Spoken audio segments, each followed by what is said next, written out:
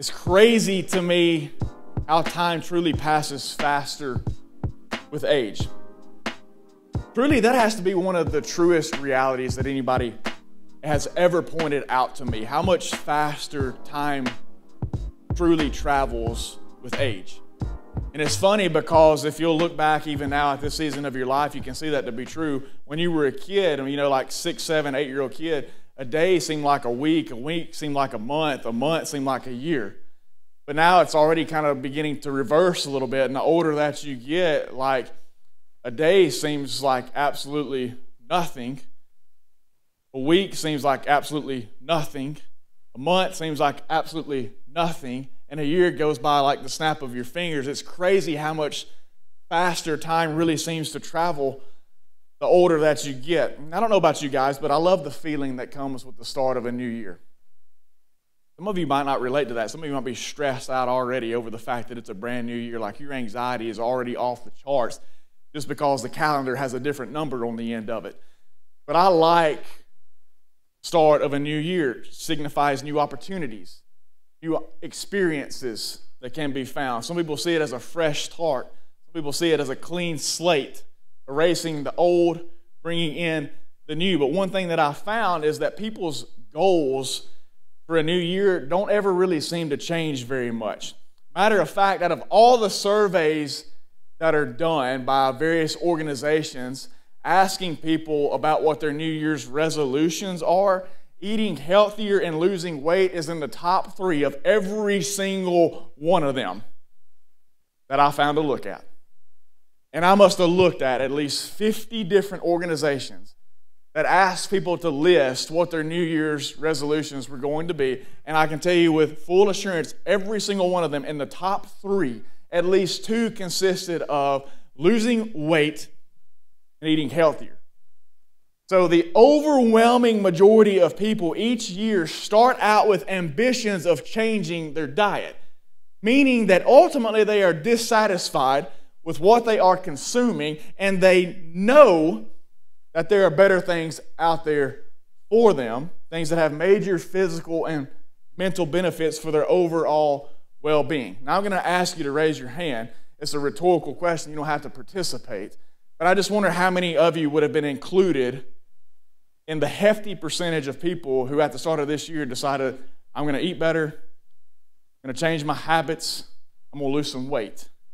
Probably the vast majority of this room started out with those kind of ambitions. And I don't normally jump on the bandwagon with these type of things, but I want my diet to look a little bit different this year as well. And so let's peek into Psalm 63, and I'm going to show you how I want my diet changed. Psalm 63, starting in verse 1. God's word says, "So God, you are my God. Earnestly I seek you. My soul thirsts for you.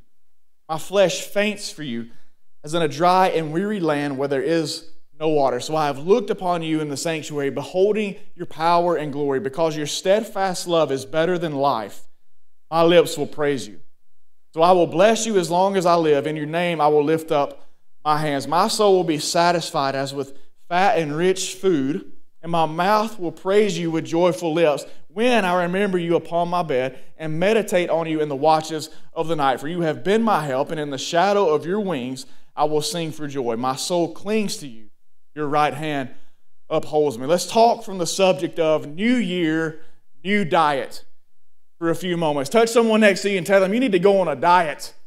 You need to go on a... No, don't actually tell them that. Are you serious? Why would you actually turn to somebody beside you and tell them that? You ain't got no right to speak that into somebody else's life. If somebody turned to you and told you to go on a diet, turn back to them and say, the same goes for you.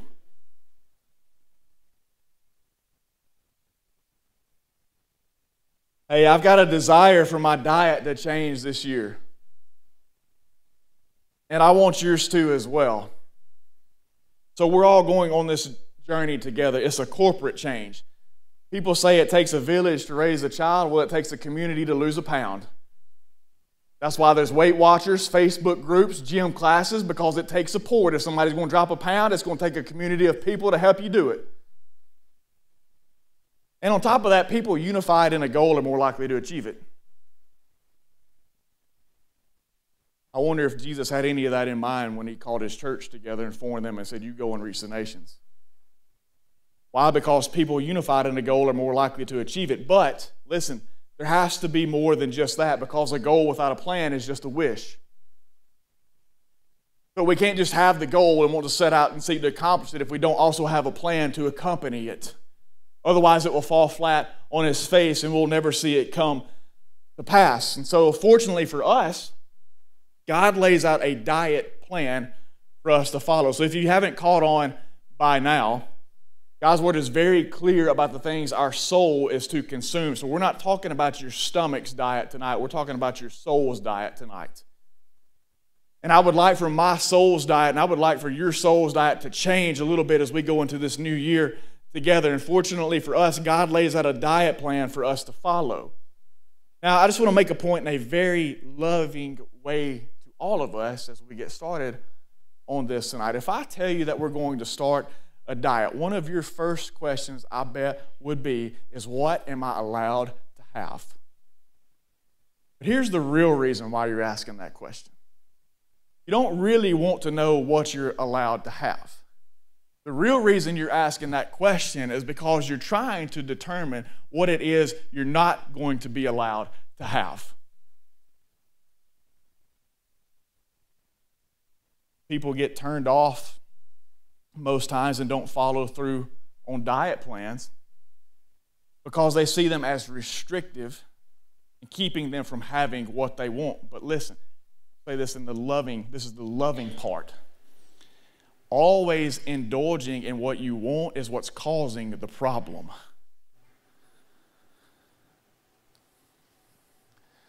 That's the whole purpose behind the diet. The diet is the recognition that me constantly indulging myself in the things that I desire and the things that I want is causing me problems. So in the same way, God informs us that we allow our soul to indulge in whatever it is it desires whenever it desires it. That is going to cause some major problems for our life. And so he says you got to be very, very careful about the things that you allow your soul to consume. Your soul needs to go on a new diet this year. My soul needs to go on a new diet this year. And as we enter into this, as God's plan lays it out for us, as we're going to walk through Psalm 63 and see, this diet doesn't need to be approached with some begrudging outlook as if God is removing all the goods of life and not allowing us to experience the sweet things, but approached with an understanding of this is what will actually benefit our lives the most, because the one who created us is the one who sustains us and is the one who knows best what will fulfill and satisfy us the most. So as we go into looking what it is he lays out for our lives as far as our soul's consumption goes, we need to go into it with the understanding that if he says to remove a specific thing, even though our soul may like to indulge in that, if God says it's got to go, then it's for our best. And so let's look at a few things to consider with this plan. First and foremost, you got to take into consideration your fluid intake. If you go back and look at the beginning of the psalm, this is David speaking, and he's writing this song out, and he says, God, you are my God, and earnestly I seek you. My soul thirsts for you, and my flesh faints for you, as in a dry and weary land where there is no water. Any good diet has to take into consideration not only what you're eating, but also what you are drinking. Your fluid intake is vitally important when it comes to your daily diet. As a matter of fact, health experts say by the numbers that men should take in at least 3.7 liters per day of fluid. That walks out to 15.5 cups. You ladies should be taking in 2.7 liters per day of fluid. That's 11.5 cups. That's a lot of fluids that your body needs to be adequately hydrated. And anything less than that is what they would consider to be inadequate. Now, I need you to keep that in the back of your mind for a little bit later. As David pens this psalm, he is likely on the run from his son Absalom, who's seeking to kill him. So if there's ever moments in your life where you feel like your family is jacked up, and I'm sure it is because all of ours are, and having just come out of the holiday season, some of us were like freshly reminded of how jacked up families can be at times. If you ever think your family is jacked up beyond repair, I highly encourage you to study the life of David. You want to see a man who had a jacked up family? This guy had a jacked up family. And as a matter of fact, as he's writing this psalm, Absalom, his son, is trying to kill him. I can't imagine Graham at any point in his life actually physically trying to kill me. We may say that to each other. Families are jacked up. We may say some of those things in jest to each other, but I can't ever imagine having to be on the run for my own son who's literally trying to take a spear and run it through my body. That's actually taking place in David's life. So he's on the run and he's in the wilderness and he's away from home, which means that he's being kept from participating in worship at the temple. And let me tell you something, if there's one thing that King David loved to do, it was worship. How many of you love to worship? How many of you look forward to coming here on Wednesdays because you get to worship? Now imagine not being able to show up to this place to participate in worship, because if you did, somebody will be standing at the door with a gun to end your life. That's what David is experiencing. He doesn't get to participate in worship. If he shows his face in public, he knows word will get out. Likely Absalom will show up and his life very well could be ended. So he is being prevented from participating in worship at the temple as he's hiding in the wilderness. And while he's there, he says, my soul thirsts for you. It could literally be read, my soul thirsts for your presence. And the reason why that's so applicable to David is because in those times, God's presence was found in his temple. Old Testament believers didn't have the benefit of the indwelling Holy Spirit like we do presently because of the grace of Jesus Christ and what he did on the cross. And so God's presence was encountered and experienced in the temple. When the nation of Israel would gather together for worship, God's presence would descend upon the temple. And so David says, my soul thirsts for your presence. Why? Because he's being prevented from worshiping at the temple where God's presence is found. So listen to me, with this diet plan, with our liquid intake, we've got to develop a thirst for his presence. There must be a thirst for God's presence within our life. And listen to how David likens his thirst. It's an intense thirst. It's not like I'm kind of thirsty, I could use a drink, but I could probably make it a little bit longer without one if I had to. David likens this to an intense thirst. He says it's like being in a desert. My soul thirsts for you. My flesh faints for you as in a dry and weary land where there is no water. The only thing worse than being thirsty is being unable to quench your thirst. It's being so dried up and so parched that you can hardly form your mouth to speak out a word, but being unable to find anything to wet your mouth with.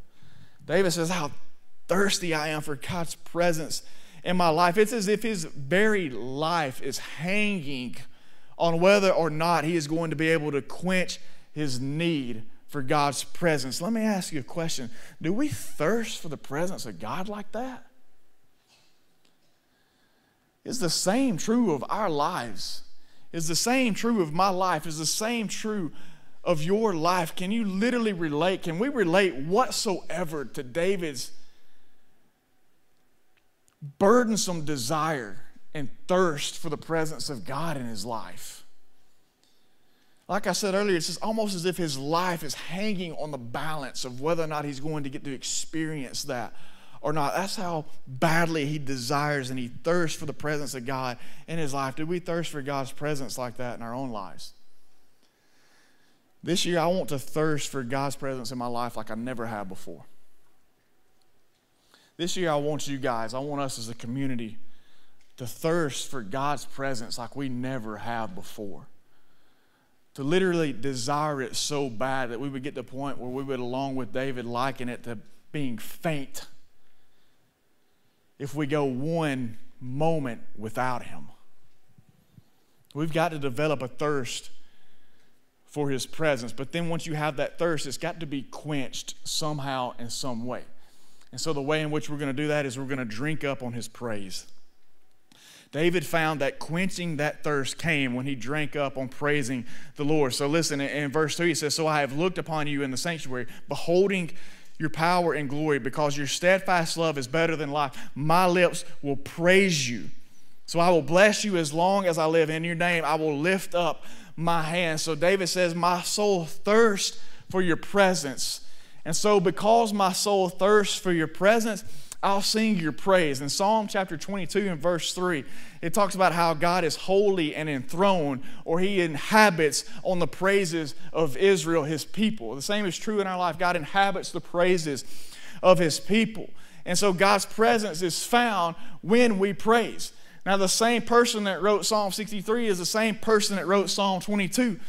So in the midst of David's wilderness runnings, he realizes, I can't be in the temple. I can't participate in corporate public worship. That's where God's presence is found. But hold on a second. There's something that I know about my God, and it's that his presence inhabits the praises of his people. So even then, David put two and two together and realized, I don't have to be in the temple to experience the presence of God. All I've got to do is lift up his praises. And as I begin to do that, his presence begins to inhabit, and I can experience him in the midst of this wilderness. I can experience him in the midst of this trial. I can experience him in the midst of this suffering. So David begins to pour out his praise unto God so he can experience his presence.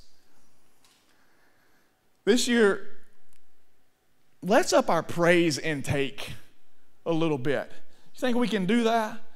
Let's up our praise intake a little bit to where we don't just let our praise rise in this place. Let your praise rise in your car. I want the person at the red light thinking you're some kind of messed up crazy when they look over and see you worshiping and praising the Lord at the red light when you stop. So don't just let it rise in this place. Let it rise in your car driving down the street. Let your praise rise when you're walking to class across campus. Let your praise rise at the gym while you're pushing up some weight. Let your praise rise in the shower. Some of you are already like, I'm good there.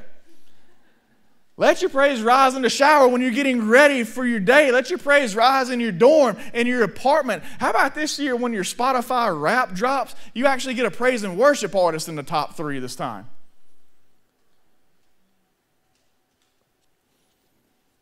Let's up our praise intake.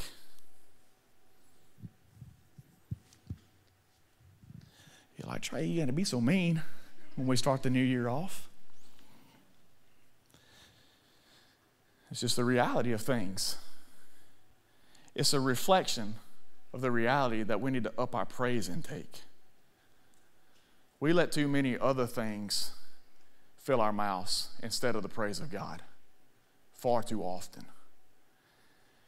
And this year we need to change that intake a little bit and start lifting up our praises of people of God to him a little more often. David said, your steadfast love is better than life. I've got to praise you. Because your steadfast love is better than life, I've got to praise you.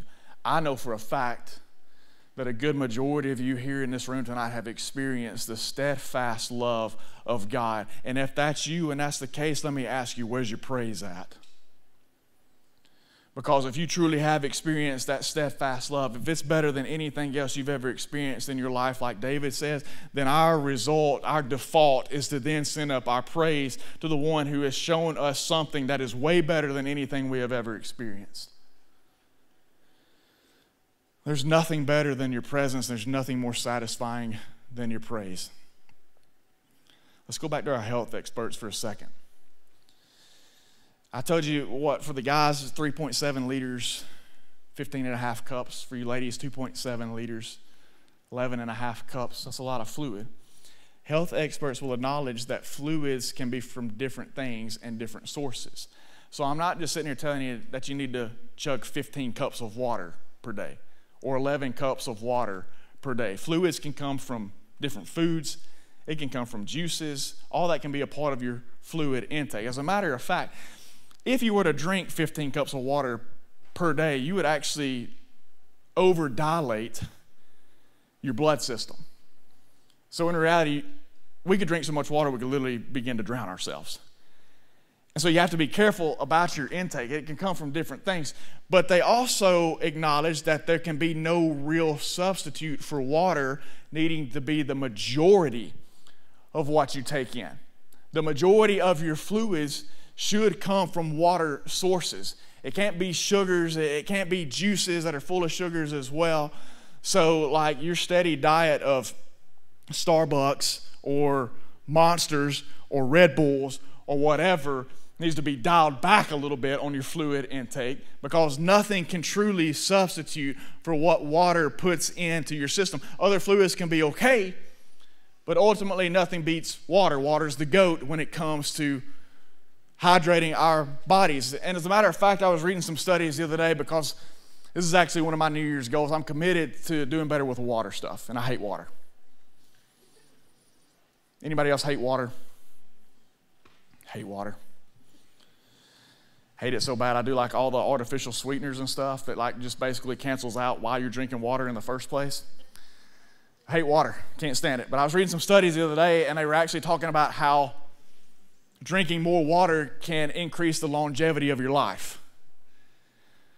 So I'm like, okay, it's a pretty convincing argument. Guess we can roll with that. It also talked about how, all the benefits that it has for your skin. And I'm like, okay, so we're going to live longer and we're going to look better. Water, here we go. We're going to give it a legitimate shot this year. In the same way, nothing should top our desire for God's active presence in our own personal lives. Now, hear me out in this. I think a lot of us, we see God at work in different areas, and we see God at work in different ways in the people around us. We get around God's presence a lot. Some of us do. You see Him at work in your friend's life.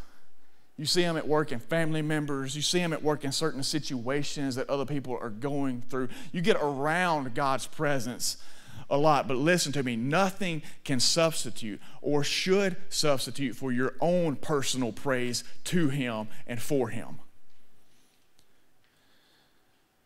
Being in this place with all these other people, being around God's presence in this place, that's a good thing, but it's not a viable substitute for making sure that you yourself are personally experiencing the presence of God in your life. Jesus said, I am the living water. Drink of me and what? You'll never thirst again.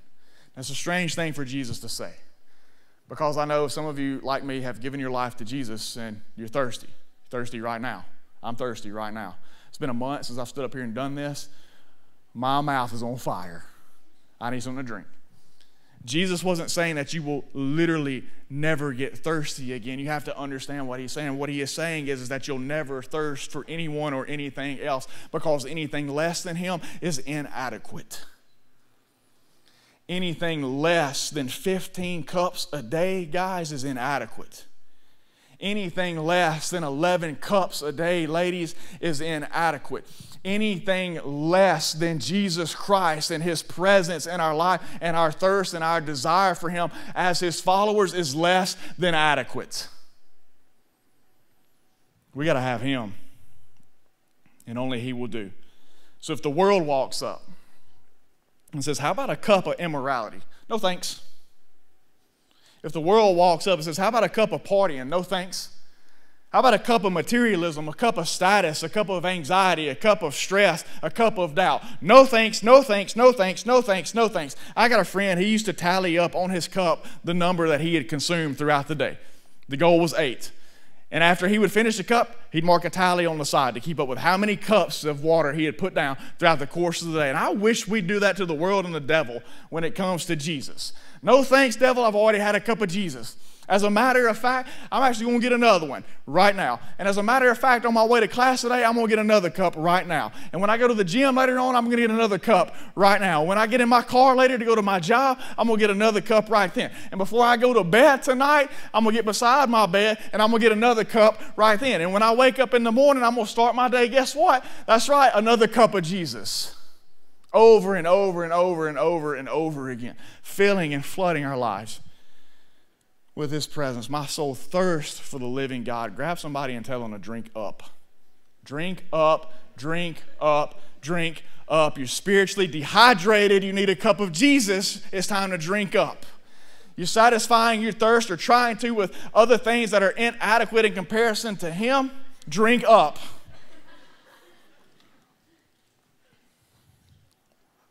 Drink up. Fluid intake. Got a thirst for His presence, and we got to drink up on His praise. There's another part of the diet. That's your food consumption. So let's go back to the psalm. In verse 5, David says, my soul will be satisfied as with fat and rich food. So David's done found some good stuff. I mean, it's not like he's on some Slim Jims or some Ruffles, sour cream and cheddar, something like that. That's all good for a moment. But David said, I got some fat and rich food. Like David's been to Outback and got a 15-ounce ribeye. And he says, this is good. This is the good stuff right here. My soul will be satisfied with fat and rich food, and my mouth will praise you with joyful lips when I remember you upon my bed and meditate on you in the watches of the night. Not only does David thirst for the presence of God, he hungers for His word. He's deprived from going to worship, but he's also deprived from accessing the scrolls, which during their time was their form of the Bible that we currently have. So as David would go to the temple, not only would he participate in worship, he would get the Old Testament scrolls that they currently had out and open them up, and that would be how he would take in God's word. So he's deprived of both of those things. So he says, I thirst for God's presence, but I also hunger for His word. And the only word David would have had access to in this current situation in his life is whatever it is that he had committed to his memory. So just as we need to develop a thirst for God's presence, we need to also develop a hunger for His word. There should exist, listen, if you are a follower of Jesus, there should exist within you a strong desire for His word. And if that desire does not exist and yet you call yourself a follower of Christ, then I think there would be some real cause for concern within your relationship. In John 8:31, Jesus says, if you abide in my word, you are truly my disciple. So Jesus puts the two together. You'll be my disciple if you abide in my word. If you abide in my word, you'll know you're my disciple. So if something is amiss as far as your desire for God's word goes, then something could be amiss as far as your relationship with Christ is concerned. We're to abide in His word. It is to be our life. It's what we build ourselves upon. So do you hunger for His word? Honestly, do you hunger for the word of God? David was deprived of it. We're never deprived of it. We can access it whenever and wherever we want. You carry it around in your pocket every single day, everywhere you go. Do we hunger for it? Listen to this. The American Bible Society performs a Bible reading report on a yearly basis to gauge how much people interact with the Word. Now, this is a broad scope study across all Americans. It's not limited to the church. We're going to get to the church here in a minute in the survey, but this is a broad scope study of people living in this country and their interaction with the Word of God. In 2021, they found that about 50% of people read their Bible at least 3 to 4 times per year. Now that might would have thrown some of you off, possibly expecting me to say that they read their Bible 3 to 4 times a week. So let me read it again. In 2021, they found that 50% of people read their Bible 3 to 4 times a year. That was it.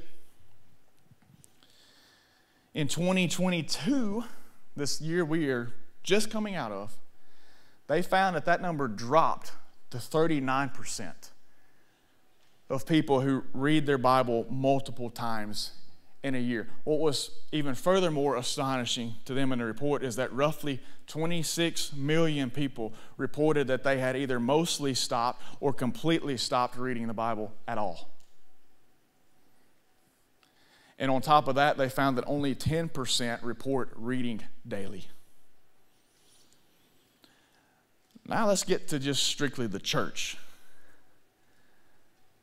The church-going people, the Bible-reading people. Like, the numbers have got to get better within the house of God, right? Like, we're people of the Word, people of the book, so the numbers have got to go up some, right, within the church. So strictly within the church, surveys have found over the past couple of years that only 32% of professing evangelical Christians read their Bible every day. Only 27% read their Bible a few times a week. 12% said that they read their Bible once a week. 5% said they read their Bible once a month. And 12% said they rarely to never get in the Word whatsoever. That's in the church. And out of all those numbers, I think the most disturbing one to me is that 12% of the church says that they rarely or never interact with God's Word.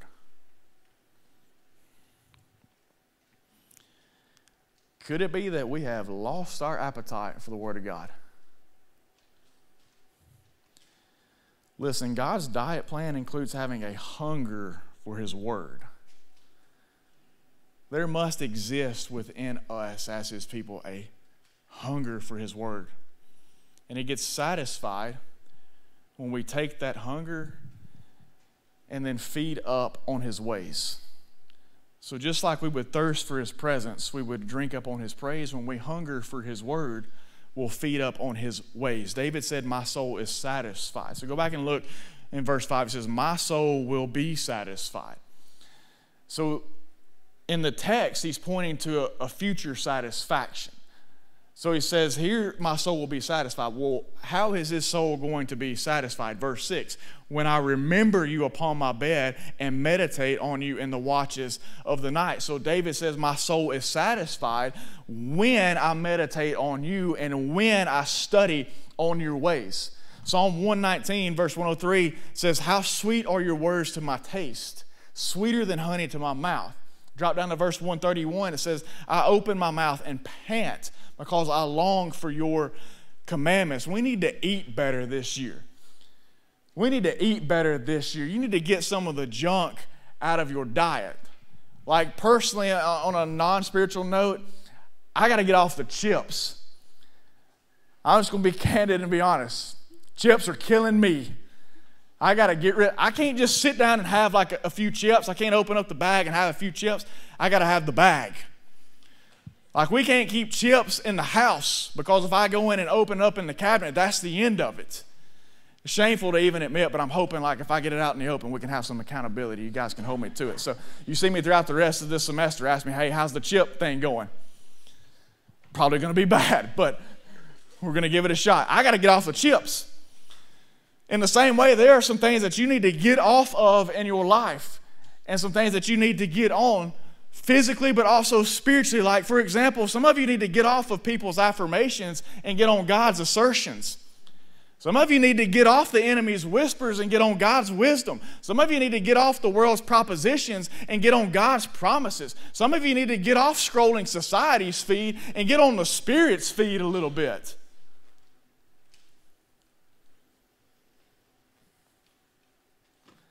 Since the beginning, God has warned us to be careful about what we eat. Did you know?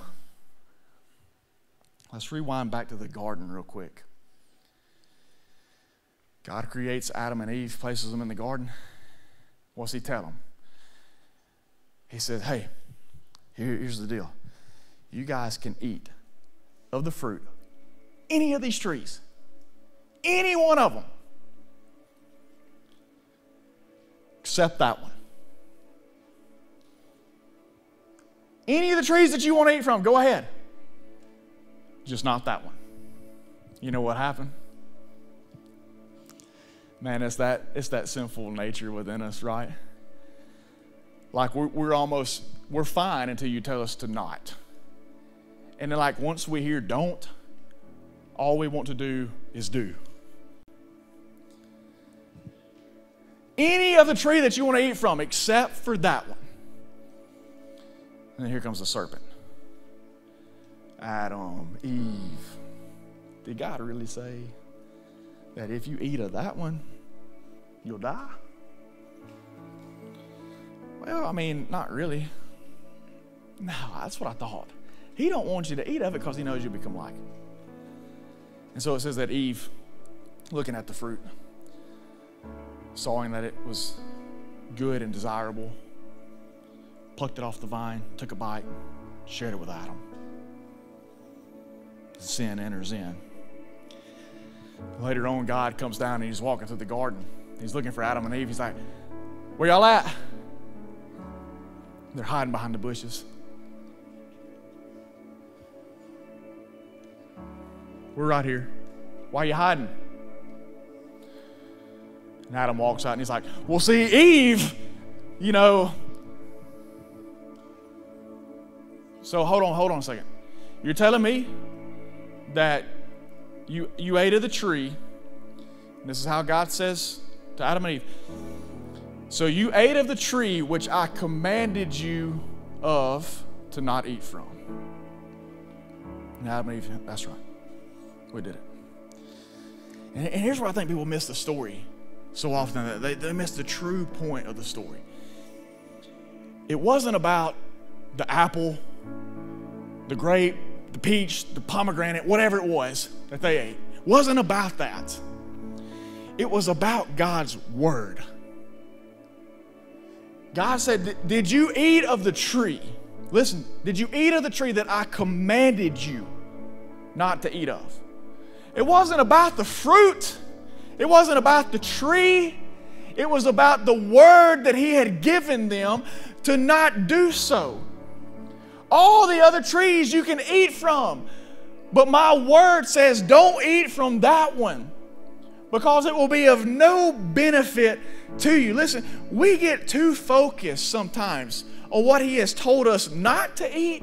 We forget all about all that he has given us to eat. Any tree in the garden. You know how many trees are in the garden? Me either. Sorry if I got your hopes up for an answer.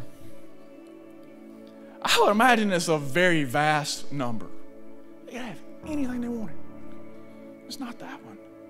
Yet all they wanted to focus on was what God said you can't have, as if he removed something from them that would have been beneficial to them. And this year, this 2023, hey, God says, I've got all this laid out for your life. Just don't go over there. Don't go back to that place. Don't participate in those activities. Don't be found in these areas. Don't allow your eyes to look upon this. Don't let your mind get set on this. If you can do that, all this other stuff you can take advantage of.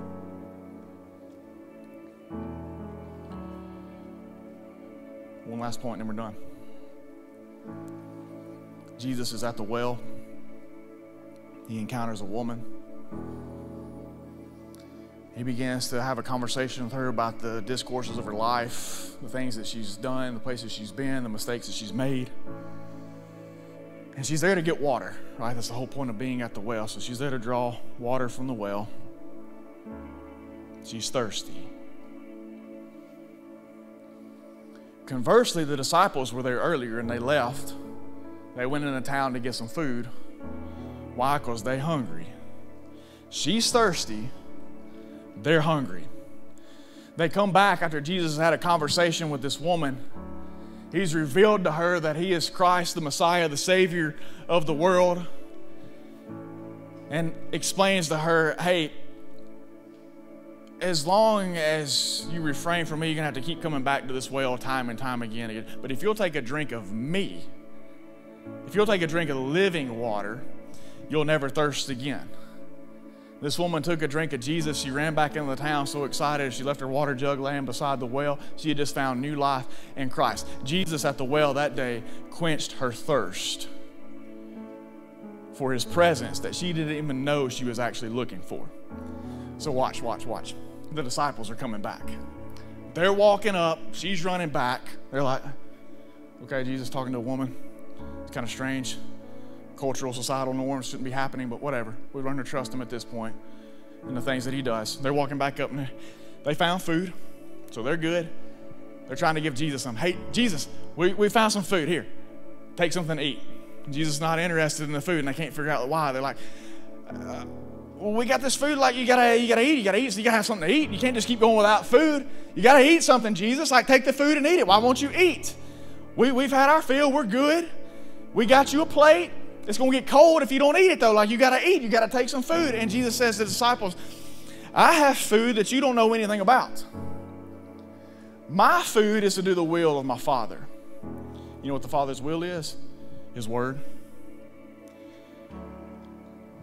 She was thirsty. She had her thirst quenched in his presence. The disciples were hungry. When they came back to Jesus as the bread of life, he says, here's the food you need to be eating. Here's what you need to be feasting on. The will of my Father. You know where you find his will? If his will is his word, then guess where you're going to find his will at? In his word. People ask me all the time, hey, I just wish I could find God's will for my life. Here you go. It's in there. But you got to go take some bites to find it for yourself.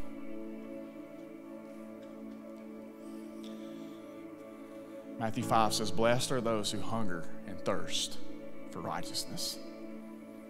Is that going to be the earmark of our lives this year? Of people who hunger and thirst for righteousness like never before? That's my prayer.